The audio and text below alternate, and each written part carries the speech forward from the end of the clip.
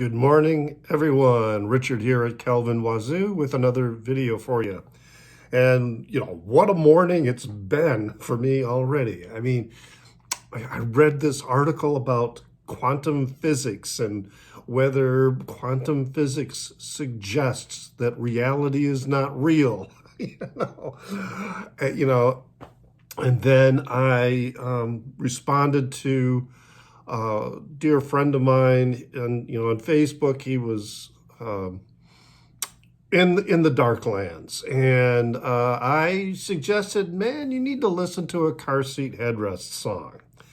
And I ended up listening to that song as well, and it's one of my favorites. So here it is, folks, my top 10 favorite car seat headrest songs. Yeah, I decided I've gone through all the albums. Let's pick my favorites, all right? And these are my favorites. And hey, leave a comment in the down under about what, your favorite car seat headrest songs might be. So let's get started here. And I'm going to start with most of the songs that I picked for my top 10 really are buoyant and bright and just, really fun songs. But a couple of them are kind of dark. And the number 10 song is one of those dark ones, and that is Big Jacket. This is from Nervous Young Man. This is all I have to show for Nervous Young Man. So someday I'm going to get this framed and hang it with my other rock and roll and vinyl memorabilia. Anyway, yeah, Big Jacket from Nervous Young Man. It's a song that when I listened to it for the first time, I was like, this is about suicide. This is a song about someone getting ready to commit suicide. Because, the whole list, of items that he keeps talking about, you can have my house, you can have, my cat, as long as you remember to feed it.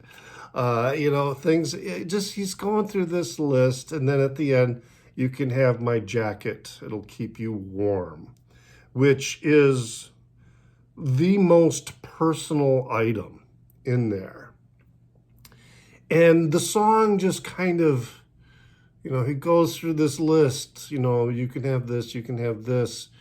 And, it really made me think of the film Night Mother, which I can't remember who played the mother's role, but Sissy Spacek was playing the lead role. And it was how she had was preparing to commit suicide. And so she was telling her mother, in this bag are these things and da-da-da-da-da. And of course, this is freaking out her mother.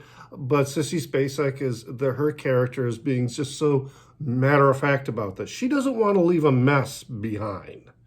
Okay, so this is not an uncommon behavior for people who are, contemplating suicide. And whether Will on his, personally has contemplated suicide is irrelevant. I do believe that his own personal experiences lead him to have very intimate knowledge and experience with that, which is why this song is so, so powerful. It is nearly emotionally draining to listen to it. It exhausts you, but it's not like a negative, thing. I really, really, really love that song, despite how, dark it may be. It again reminds me of somebody else that I knew. There was a group of us who, in this small Midwestern town, we would get together, for like potluck dinners and things like that. And one of the members of our group, it was bringing in, he had a bunch of books, and he was just like handing them out. Here's stuff of mine that you can have. And I don't remember everything about that situation, but somebody mentioned, and asked, well, why are you giving away all this stuff? And I made the off the cuff remark because he's planning on killing himself. And everybody else kind of, nervous tittering and things like that. And he kind of looked right at me, but didn't say anything. And then somebody else said something, about, cleaning house or whatever. But months later, as it turned out, he quit his job as a music professor at the local university. He had shared with us some very difficult relationship, about a very difficult relationship he had with his father, who never seemed to acknowledge him, not just being gay, but also the accomplishments that he made, as a music faculty and a musician. And he said, oh, well, I'm moving to Wisconsin, I'm going to start a new job there. But that's not what he did. He drove down to southern Michigan in a warehouse. He poured gasoline on himself and set himself on fire. I still have a few of the books that he gave away. So, yes, that song, Big Jacket, really, really, just the impact on me is just very, very strong. And it is an amazingly well-constructed song. Really love it. Let's move on to number 9, which is kind of a tie for number 9. Both of these songs come from Madlow, all right, which is the most recent release. And the two songs that I'm kind of vacillating between is There Must Be More Than Blood and Martin. Both of these songs are just really amazing to me. There Must Be More Than Blood has the sweeping pastoral sound almost, and it really does describe his, the experiences and his observations when he was, I guess it was, the band was touring in the South and along the Gulf Coast. The line, I was flying on a red eye, my hand dropped to the aisle. I could see myself clearly for the first time in a while. There was nothing but lines, nothing but outlines. My gut dropped like a stone. But I heard another voice say, we all walk alone. That verse is so beautiful to me. And, the whole concept of the song being, there must be more than blood that holds us together, because he was, not just in his own personal experience, but the whole Southern culture in terms of dealing with gay people and coming out, and families rejecting their own children, that goes through there, and that feeling of just being carried by the wind. And which goes, with the line, there must be more than blood that holds us together. There must be more than wind to tear us apart.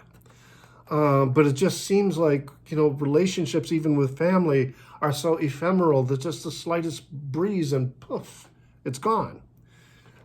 Then we have Martin, which is a very, very touching, very, very beautiful, simple song. It's called Martin, but the person singing the song is addressing it to a person named Justin. And Martin and Justin are the name of two characters from the film The Secrets of NIMH, which is based on the book, it's something else. I think it's the Mother Mouse's name in The Secrets of NIMH or something like that. Which I had never ever, I haven't read the book yet, but I had not also seen the film, The Secrets of NIMH. So I decided I need to watch the film, and I did, and then I saw, okay, now I know who the characters are, who is Martin, who is Justin. And while the film doesn't really show any significant relationship between Justin and Martin, apparently there may be more to it in the book. I've talked with several people who say that, like all films, there are some major departures from the story that are in the book, so I need to read the book. Anyway, that's prompted me to watch that film. And the again, in the song, beautiful lyrics. Just when I think I'm gone, you change the track I'm on. Just when I think I'm done, you burn me up before the dawn.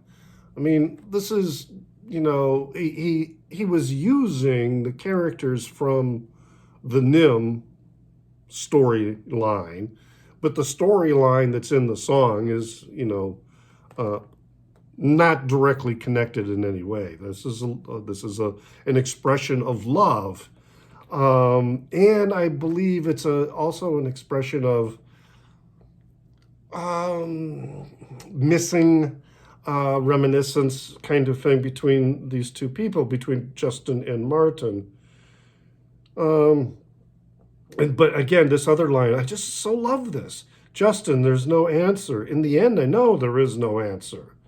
When I'm high on things that bug me, the morning news and instant coffee, I'll forget and forget and remember and forget. I will never forget the way you made me feel. Tie there at number 9 with these two very, very beautiful songs. All right, then the next one is from How to Leave Town, and that is the song, the ending of Dramamine. So, and this was the one that my friend, I could tell that he was feeling in the Darklands. And so I suggested, hey man, listen to some car seat headrest, listen to this song. And I'm like, I don't know how to, how to explain how wonderful this song is. It has a very, very long intro. And also there's a video when they played the song on KEXP, which the intro, is just as long, but it's the intro is on the record.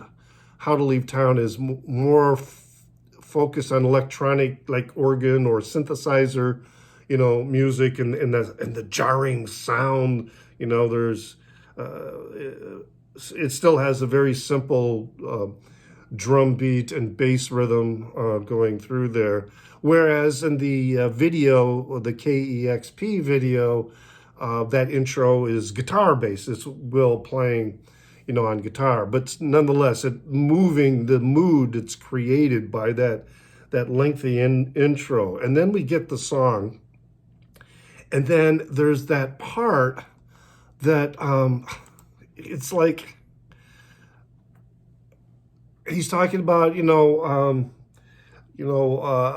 was young and I was beautiful and I had money, but then came the shabby bop bop, the shibby, oh yeah. That, I love the way he presents that. And it's like, you do your best to have what it is, but then something comes along, the shabbity bop bop, the shibbity, that just kind of disrupts things. It's this restlessness, this ennui that we feel. It's like we're never satisfied with what is happening, or we become frustrated, that things aren't happening necessarily the way we want. It's just a really incredible song. And then, at the end where he's talking about being at that rest area and he's all alone in Montana in the middle of the night, but he can still feel the eyes upon him. So he gets in his car and drives. It's like motion. I got to keep moving. That restlessness, the shibbity bop bop, the shibbity, oh yeah. Brilliant, brilliant song. All right. That was number 8. Number 7. Drunk Drivers, Killer Whales, and that is from Teens of Denial. Here we go, Teens of Denial, and I do believe the lyrics are on the inside. This song, I know there's been a lot of speculation among Car Seat Headrest fans that, oh yeah, Will was involved in some kind of drunk driving situation. No, that's not what it is. He's it just, to me, it's this song of admonition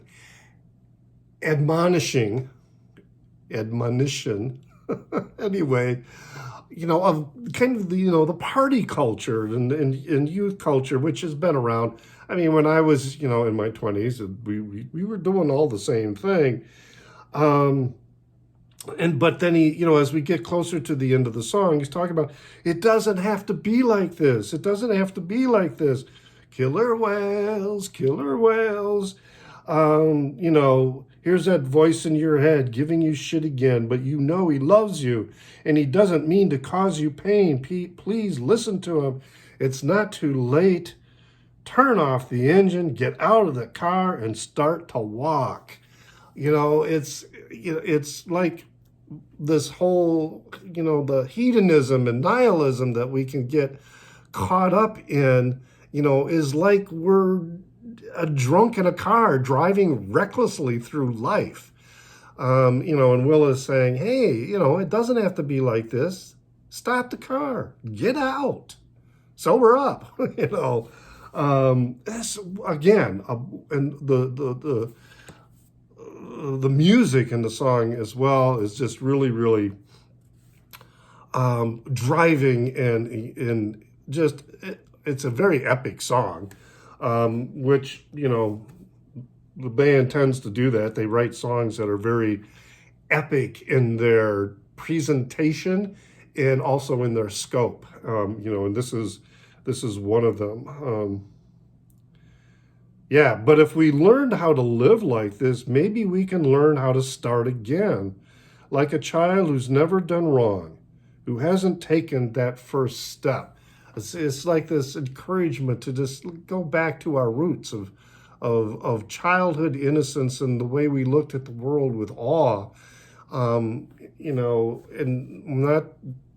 not be medicating ourselves to the point where we're trying to escape the experience of the world. Great song.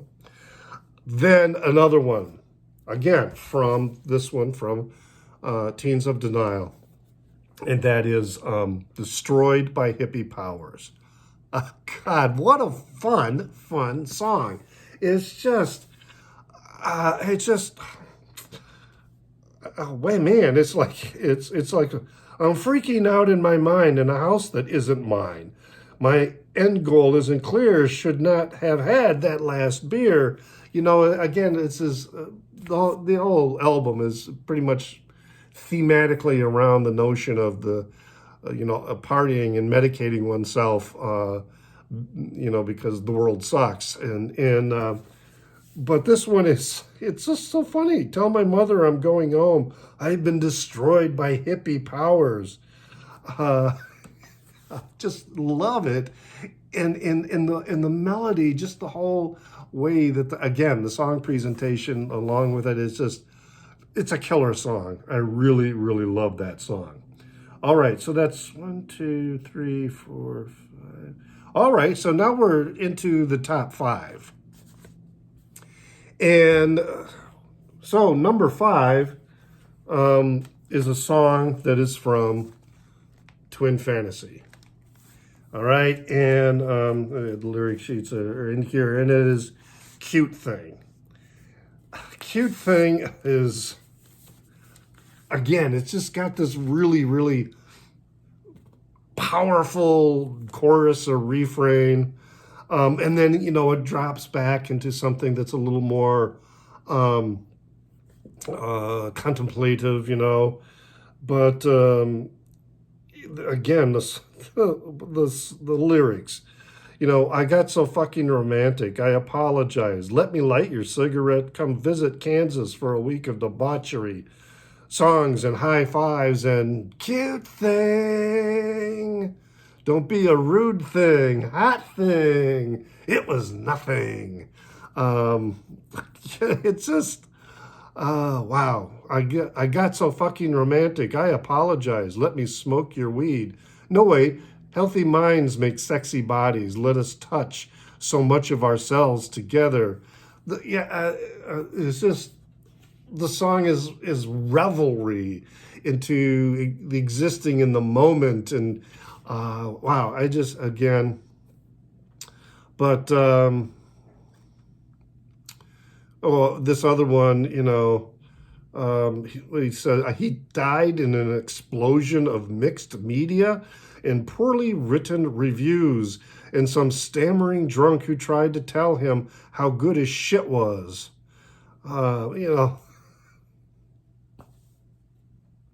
The song to me is in some ways like hippie powers. It's kind of hilarious. It's just and it's very, like I say, very buoyant, powerful. It's a song that makes you want to move. So cute thing at number 5. At number 4 is from the compilation Teens of Style, and it is the song Times to Die. Again, musically, the song is just, it is cheerful, even though the song in many respects is very cynical, because it's describing using religious and biblical metaphors, Will's experience in dealing with the record company.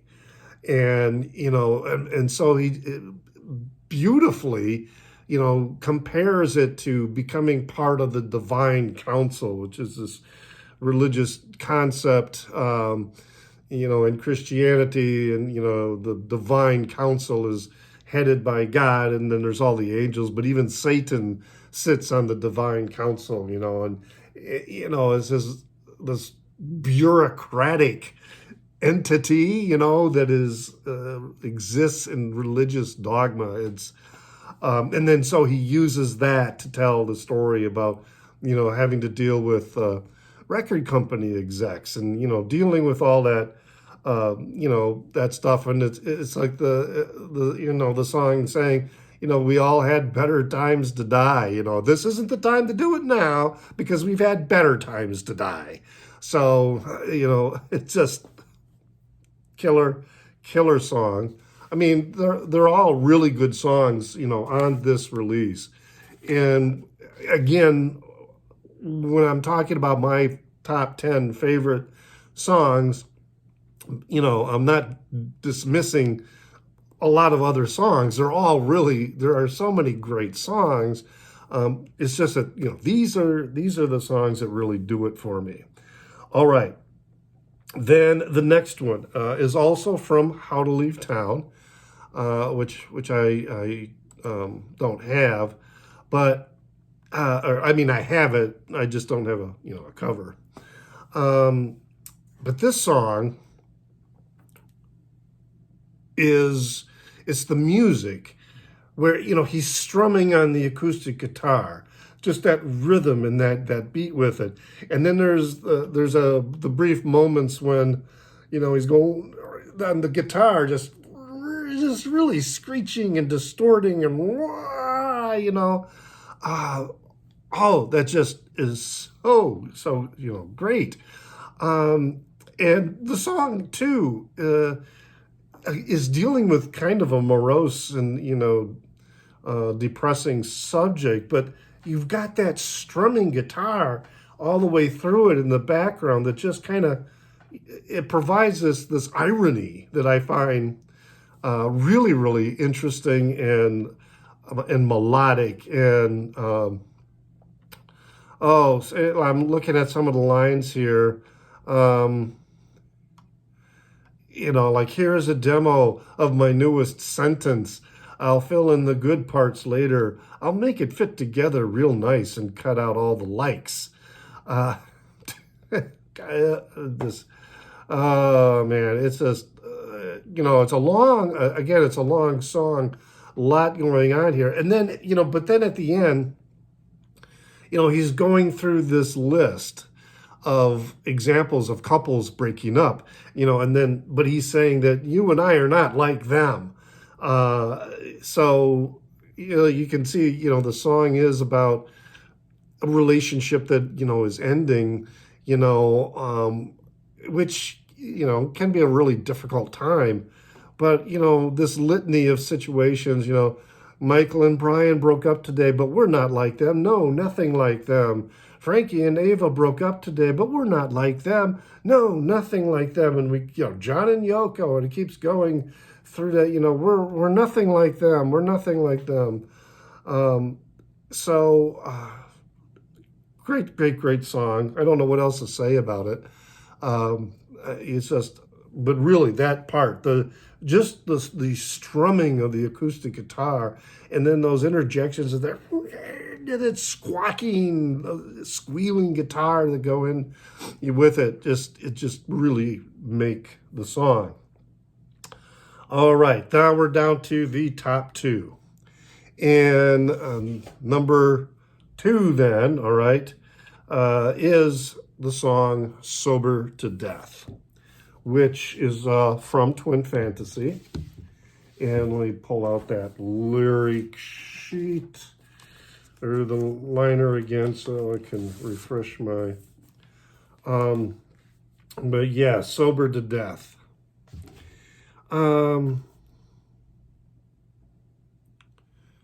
Yeah, there's some lines in there. I mean, the whole theme going through Twin Fantasy and this relationship he had with somebody else, which is my understanding that it was a person who was transitioning from male to female, which once I learned that, some of the lines in some of these songs, for example, in the chorus, take your hands off your neck and hold onto the ghost of my body. You know that good lives make bad stories. I love that line, that whole concept that, perfect lives, what kind of story are you creating, with that? It's a dangerous concept because you can end up deciding, well, that again, succumbing to nihilism and, doing whatever to, but it's an interesting life, but it may be a very short one. But nonetheless, that is true, going back to the poetic notion that most men live lives of quiet desperation. So yeah, good lives make bad stories. You can text me when punching mattresses gets old. Don't think it'll always be this way. But that line is, take my hands off your neck and hold on to the ghost of your body. So I can see now the reference, in the lyrics that this person who is transitioning, the ghost of the body, the former body, which also now makes more sense to me with the repeated theme about the ocean washes over your grave, the ocean washes open your grave, the ocean washes over your body, or not body, but the ocean washed over your grave, the ocean washed open your grave. That does make sense because, the concept of the transitioning, that person is dead, and but the memory is still there, and this whole record is about reconciling that in this beautiful relationship that is still continuing, maybe not necessarily a romantic relationship as I understand it, but Will has publicly said that, yeah, I stay in touch. All right, so then the number one song, for now anyway, Car Seat Headrest song, is also from Twin Fantasy. And the song is Bodies. I like the way it starts up. I'm on a need to know basis. People don't tell me shit unless I need to know. But what a great song about, again, revelry and dancing and just having a good bye, you know. I keep so quiet it's hard to tell I'm alive. Everybody is swinging their hips. Everybody is giving the waitress tips. Everybody's dancing all of the dances. Everybody's dancing every dance right now. It's like you've got some really nice shoulders. I'd like to put my hands around them. I'd like to put my hands around them. It's just this, again, of this song of just giving into the moment, because, you know, bottom line is that's all we have is, you know, what we're experiencing right now is life. And everything that happened in the past, that did bring us to where we are right now, no doubt about it. But it is the past. It's over with. And then whatever we do next is that's how we create our future. So it's, on the one hand, it's like, you know, giving in to the moment and really experiencing and loving the moment. But it's not complete abandonment, because, again, it's kind of like, you know, the song Drunk Drivers, Killer Whales. You know, if you keep medicating yourself or you keep partying, you know, and just getting yourself trashed, you know, that's a decision that you're making in the here and now that creates consequences and ultimately shapes your future. So, the more, you know, yes, revel in the moment, but don't lose sight of what might happen next, and that what you're doing now is going to contribute to what might happen next. So anyway, Bodies, my top favorite song of Car Seat Headrest. And I would say also that, as you can tell, we've got three of my favorite top 10 songs are from Twin Fantasy. And that is probably, yes, my favorite Car Seat Headrest release is Twin Fantasy. I mean, there are so many great songs, and it's conceptually, it is such a solid unit. So yeah, this is probably my favorite, definitely my favorite release. I'm not going to rank all the releases, but Twin Fantasy is my number one. And most of my top 10 songs by Car Seat Headrest do come from that. And it's really 3 out of 10, but, you know, comes from Twin Fantasy. A lot of other great songs that I certainly could have mentioned and included that I really like. Maybe you have some others that you really, really like, that really move you. You know, put them in the Down Under. Let me know, and, you know, share your thoughts about maybe some of the songs that I mentioned, or, you know, songs that really strike you, or, you know, are your favorites that may be different from my list. It's all good, all right? I mean, just, it's music that touches us, and music touches us in different ways. One song may do one thing for one person and does something else for another, and even for another person it does nothing at all. So that's fine.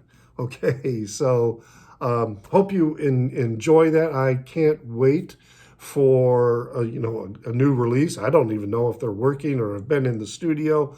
I know they're going on tour, and they're having 2 shows here in Chicago in March. I plan on being at both of those shows. I'm very, very excited about it. And, you know, maybe I'll see 1 or 2 of you there, you know, at that show. So, hey, like, share the video, and always remember to pray for the people inside your head, for they won't be there when you're dead.